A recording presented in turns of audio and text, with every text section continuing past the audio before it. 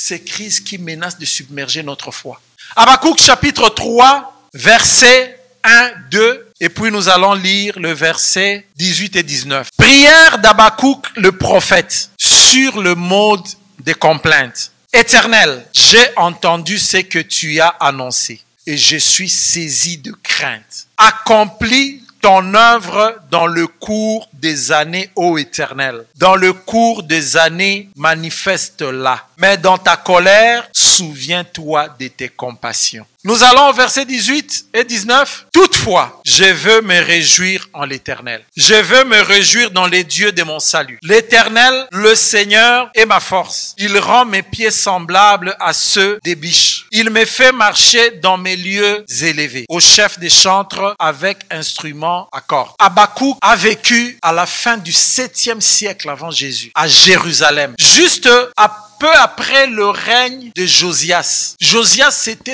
parmi ces bons rois qui ont remis le réveil en Jérusalem. Josias était parmi les rois qui ont appliqué la justice, qui avec foi ont appliqué la foi, ont suivi Dieu, ont fait tomber des statues, ont brisé des autels. Malheureusement, son successeur, le roi Joachim, lorsqu'il monte au pouvoir, il ne ressemblait en rien à Josias. En rien. Ses œuvres étaient mauvaises et les royaumes connut la corruption sur toutes ses formes. Au temps de Joachim, Habakkuk regarda autour de lui et il vit l'injustice. Il vit le mal, il vit la violence, il vit les conflits, il vit l'oppression, la souffrance, l'éloignement de Dieu et le mépris de sa loi. Habakkuk commence à demander jusqu'à quand? Pourquoi? Dieu lui répond que j'enverrai encore des gens plus méchants qui vont détruire tout cela. Et Habakkuk dit, je me suis mis à mon poste et j'écoute. J'attends encore ce que Dieu va dire. Toutes ces choses, nous les constatons aussi de nos jours. Les 5 éléments que nous avons vus la fois passée, nous entendons parler de cupidité et égoïsme, fausse sécurité. Vous vous rappelez ce que les proverbes disent? Le riche pense que sa richesse est une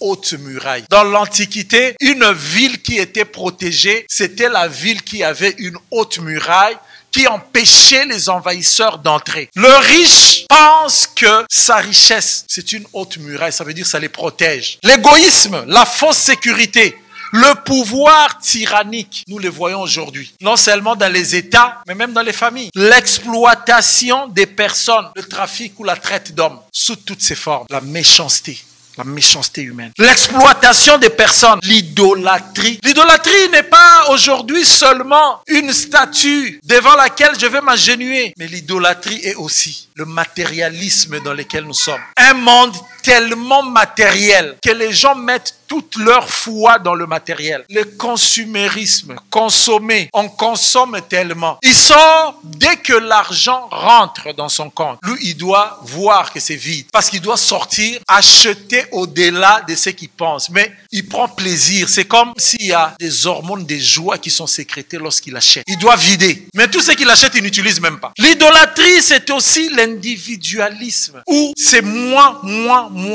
Comme il n'y a pas Dieu, tu deviens ton propre Dieu. Parce que c'est moi, et c'est toi qui prends les décisions sur toi-même, sur tout, et tu ne t'occupes plus des autres. L'idolâtrie, c'est aussi tout ce qu'il y a comme idéologie, les idéologies fondamentales, que ça soit religieuse, que ça soit politique, que ça soit social, où les gens doivent suivre cela. S'ils ne suivent pas, ils doivent mourir. L'idolâtrie, c'est aussi ça. L'idolâtrie, c'est vénérer des serviteurs simples. Parce que ces serviteurs-là, Dieu l'a utilisé de manière extrême. Finalement, il n'est pas Dieu. Si Dieu avait permis que Moïse ait une sépulture et une tombe, un sépulcre, ça veut dire que on va là, on voit c'est écrit vraiment Moïse était ici. Vous allez voir l'idolâtrie qu'il y aurait eu. On allait voyager pour aller voir la tombe de Moïse. Et lorsqu'on voit la tombe de Moïse, certains allaient sortir même des versets hors cadre. Si la tombe d'Élisée avait été identifiée, aujourd'hui, les gens allaient aussi partir là. Ils vont sortir un verset hors cadre. Ils vont dire, il y a un mort qui était tombé par hasard. Le mort n'était pas venu là. Ces gens-là ne savaient même pas que c'était la tombe d'Élisée. Les gens allaient commencer à dire, non, moi aussi je suis malade, il va aller sur la tombe d'Élisée, il dort, il dit, ça guérit. C'est ça l'idolâtrie. Et aujourd'hui, même en suivant Christ, même en se déclarant pour Christ, nous devons faire attention de l'idolâtrie dans nos pratiques, dans la manière dont nous abordons les choses. Donc quelqu'un peut ne pas être idolâtre seulement aux dirigeants, mais il est tellement matérialiste, mais il est dans l'église. Il est idolâtre pareil. Alors, qu'est-ce qu'on retient? Nous comprenons la vraie nature des dieux. Lorsque vous lisez le verset 2, l'Éternel, j'ai entendu ce que tu as annoncé. Je suis saisi des craintes. Accomplis ton œuvre dans les cours des années. Dans les cours des années, manifeste-la. Mais dans ta colère, souviens-toi de moi. Dans tes compassions. Et le verset 3 commence par Dieu vient de Théman. Le Saint vient de la montagne de Paran. Sa majesté couvre les cieux et sa gloire remplit la terre. Qu'est-ce que ça dit? Lorsqu'on approche des dieux, on comprend que dans la nature des dieux, Dieu est créateur et seigneur de toute la terre. Il n'y a rien qui soit en dehors de lui ou en dehors de son contrôle. Même lorsque nous vivons ces crises qui menacent de submerger notre foi,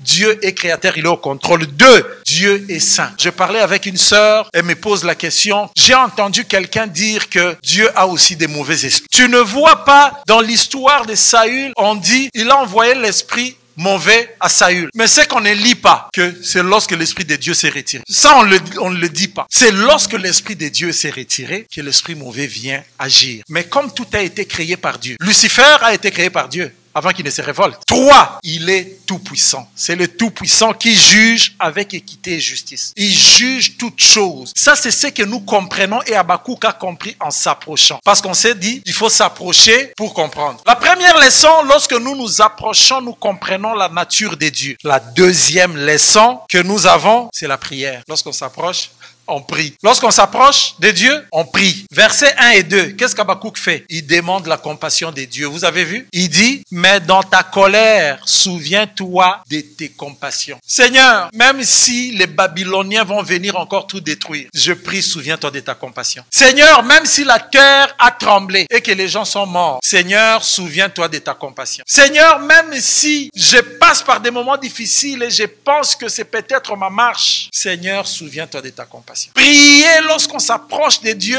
on n'arrête pas. Lorsqu'on vit ces crises qui menacent de submerger notre foi, on s'approche de Dieu, on comprend et on prie à Dieu de ne pas nous oublier dans sa compassion. Amen. Ne jamais s'arrêter de demander la compassion de Dieu lorsque la situation de violence, de crise ou autre chose est vécue. Deuxième élément avec la prière, c'est se positionner par rapport à Dieu. Vous avez vu le verset 18 et 19? Qu'est-ce qu'Habakkuk dit? Toutefois, indépendamment de ces crises, toutefois, il ne parle pas d'autres personnes. Il parle de lui. J'ai vu, j'ai parlé, j'ai prié à Dieu avec compassion pour que Dieu dans sa compassion intervienne. Mais il finit par dire toutefois. Moi. Est-ce que vous voyez qu'on ne prend jamais les choses d'ensemble comme ça dans les vides? Josué l'avait dit aussi. Quant à moi et ma maison, indépendamment de tout ce que je peux voir, Habakkuk aussi vient dire toutefois, je veux me réjouir en l'Éternel. Je suis dans la crise. Je vois comment Joachim traite les gens. Je vois comment l'injustice est là. Je pleure devant l'idolâtrie. Mais toutefois, moi, je veux me réjouir dans l'Éternel. Je veux me réjouir dans les dieux de mon salut. L'Éternel, le Seigneur, est ma force. Il rend mes pieds semblables à ceux des biches. Il me fait marcher sur mes lieux élevés. C'est ce qu'on finit par comprendre lorsqu'on s'approche de Dieu. Sa nature est devant lui, prie. On continue à prier. Ce n'est pas ces situations de crise. C'est pas parce qu'il y a eu plus de 40 000 morts que ça doit nous arrêter à nous approcher de Dieu. C'est pas parce que je passe par des situations difficiles que ça doit m'arrêter à m'approcher de Dieu. Quant à moi, je veux me réjouir dans les dieux de mon salut, indépendamment de ce que je vois. Que Dieu vous bénisse.